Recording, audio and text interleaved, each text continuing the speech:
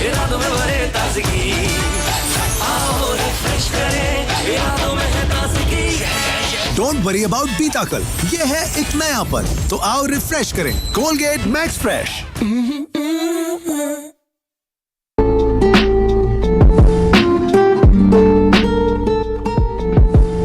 Welcome back after the break. It's the last segment of the show. और basically programme के आगाज़ में मैंने आपसे कहा था कि इस पर हम बात करेंगे कि आपकी पूरी बॉडी का दारोमदार आपकी रीढ़ की हड्डी पे होता है, और ये डिपेंड करता है कि आपका लाइफस्टाइल या आपकी पूरी लाइफ में या आपकी पूरी रूटीन में आपकी एक्टिविटी क्या है। अगर आप ऑफिस है तो सिर्फ आप बैठे हुए हैं, अगर आप घर में वर्क फ्रॉम होम की पॉलिसी के तहत काम कर रहे हैं तो भी आप बैठे हुए हैं, और अगर आपकी ज़िंदगी में सारा दिन में 9 to 5 जॉब में बिल्कुल भी ऐसा नहीं है कि आप कोई मोशन करते हैं या फिर आपकी कोई मूवमेंट रहती है सारा दिन, मोशनलेस बॉडी के साथ कितने बड़े मसाइल हो सकते हैं रीढ़ की हड्डी के। तो मज़ीद हम बात करेंगे। डॉक्टर समन नसीम हमारे साथ स्टूडियोज में मौजूद है। अस्सलाम वालेकुम doctor Saman. Thank you so much for joining us today. कहिएगा इस हवाले से कि हम कॉम्प्रोमाइज़ करते हैं रीढ़ की हड्डी को ख़ास तौर पे, कितना इसमें अमल दखल है हमारे लाइफस्टाइल का और हमारी बॉडी मोशन का और हमारी मूवमेंट्स का कि रीढ़ की हड्डी डैमेज होती है। हम लोग जो है जाहिर सी बात है, जो लोग ऑफिस में काम करते हैं वो सारा दिन बैठे रहते हैं, और वो अब मैं भी देखें बैठी हूँ इस तरह करके, तो स्ट्रेट करके बैठेंगे तो पोस्चर आपका बहुत मैटर करता है, आपकी मूवमेंट बहुत मैटर करती है इस चीज़ में।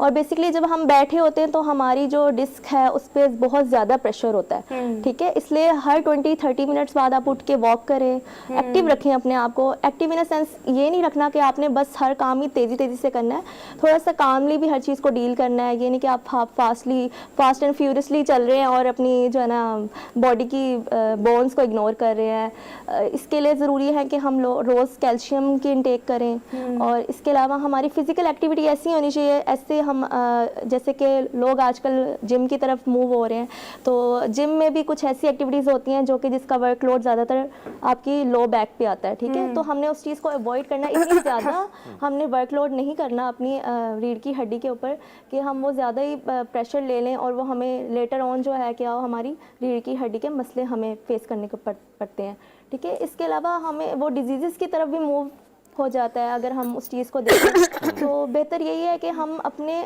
जो यूट्यूब गूगल को देखने के बजाय हम किसी स्पेशल बंदे के पास जाएं जिसकी स्पेशलिटी है इस चीज़ में, वो आप लोगों को प्रॉपर तरीके से गाइड करे कि आपने अपनी लाइफस्टाइल में कैसे चेंज लाना है। जी हरमीत। अच्छा डॉक्टर साहब, अगर हम देखें एक शुरुआत में जिस तरह एंट्रो सोहा ने दिया, हम देखते थे कि खवातीन में रीढ़ की हड्डी का जो मामला था ये बड़ा ज़्यादा था, लेकिन अब मर्दों में भी ये तेज़ी से बढ़ रहा है। आपने ऑफिस की मिसालें दी, बाकी क्या वजूहात हैं जिसकी वजह से मर्द भी जो है, मर्द हजरात में भी ये फैक्टर जो है ज़्यादा दिखता है और कहीं ना कहीं वो इसमें मुब्तला है। और हम ये भी देखते हैं कि कुछ लोग जो हैं ऑपरेशन की तरफ जाते हैं, तो क्या वही हल है या कोई और तरीक़ाकार भी मौजूद है जिससे वो दोबारा ठीक हो सकते हैं? कुछ ये बात भी है कि आजकल के जो हमारे लोग ज़्यादातर टेक्नोलॉजी की तरफ हैं और लाइक मोबाइल फ़ोन्स यूज़ कर लेंगे, स्पोर्ट्स की तरफ बहुत कम है, ठीक है। आप रेयरली देखें कि लोग स्पोर्ट्स की तरफ कम है। पहले टेक्नोलॉजीज़ नहीं होती थी तो लोग स्पोर्ट्स ज़्यादा करते थे, फारिग वक्त में जी स्पोर्ट्स कर ली, मर्द हजरात भी यूँ ही। तो आजकल जो होता है जी नेटफ्लिक्स हमारा आजकल एक ट्रेंड चल गया है, लोग ज़्यादातर उसमें सारा दिन बैठे रहते हैं, मूवीज़ देखते रहते हैं, स्पोर्ट्स कुछ लोग नहीं करते। लेकिन कुछ लोगों को अवेयरनेस भी है, लेकिन बहुत कम लोगों को अवेयरनेस है कि स्पोर्ट्स की क्या अहमियत है हमारी ज़िंदगी में।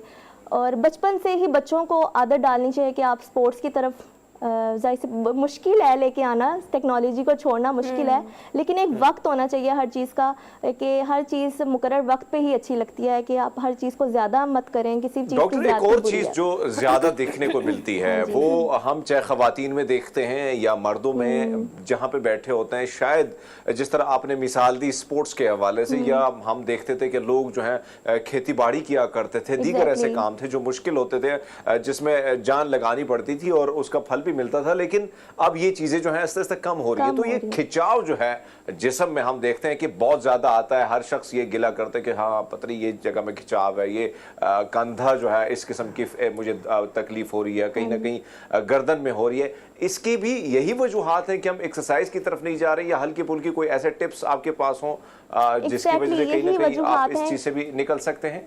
जी एग्जैक्टली जो हमारी बेसिकली फिजिकल एक्टिविटी ठीक है, हम फिजिकल एक्टिविटी की तरफ मूव करेंगे। पेन किलर्स, हर चीज़ का जो हल है ना वो पेन किलर्स नहीं होते। हाँ। ये हमारी पाकिस्तानी आवाम को अब समझ जाना चाहिए कि जी पैनाडोल को अब छोड़ दें, तो अब फिजिकल एक्टिविटी की तरफ आप आएँ, क्योंकि फिजिकल एक्टिविटी आपको, एक तो आप जब जाहिर सी बात है एक एज आपकी, हर वक्त आपने जवान नहीं रहना, ठीक है, आपने बुढ़ापे की तरफ भी मूव करना है। जब बुढ़ापा आता है तो हमें वो जवानी में तो हमने सब कुछ जो है ना कर लिया होता है जोश में, लेकिन जब बुढ़ापा आता है तो हमें जी कमर की दर्दें निकल रही होती हैं, हमें हिप बोन की प्रॉब्लम हो रही होती है, किसी को टांगों के मसले हो रहे होते हैं, किसी को घुटनों के मसले हो रहे होते हैं, वो यही मसले होते उसके हैं। साइड इफेक्ट और आफ्टर इफेक्ट्स होते हैं जो कि हमने उस टाइम पे किया होता है। अच्छा, रीढ़ की हड्डी में एक कॉमन मसला L5 का भी है जो कि बहुत ज़्यादा देखा जाता है, और पहले तो ख़वातीन में जोड़ों के और मोरों के दर्द कॉमन थे, लेकिन अब मर्द हजरात में L5 का issue is a new normal ना। तो आपके सबसे पहले जो डिस्क मुतासिर होती है, जो एक लेयर मुतासिर होती है, वो L5 होती है। उसके लिए आप क्या समझती हैं, क्या क्या प्रिकॉशंस होने चाहिए? वो हड्डियों के कमज़ोर होने की वजह से, कैल्शियम की कमी की वजह से, खुराक नहीं सही ले रहे, किस वजह से ये मसाइल ज़्यादा हो रहे हैं?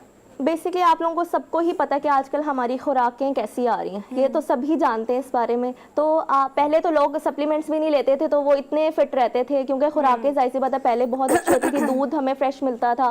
तो अब तो आप दूध में देख लें, हमें तो पता भी नहीं लग रहा था कि पानी मिला हुआ क्या मिला हुआ है, हमने तो होता है कि, लेकिन ये नहीं कि आपने छोड़ देनी है वो चीज़ें, दूध भी पिए, जूस भी पिए, साथ साथ सप्लीमेंट्स भी लें, कैल्शियम लें, विटामिन D3 लें।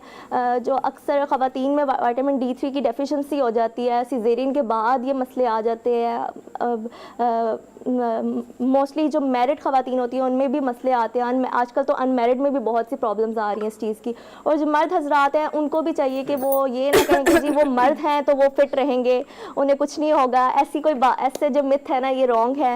अल्लाह ताला ने सारों को ही एक जैसा बनाया है, तो इसलिए आप लोग कैल्शियम लें, मर्द को भी चाहिए वो कैल्शियम लें, विटामिन D लें।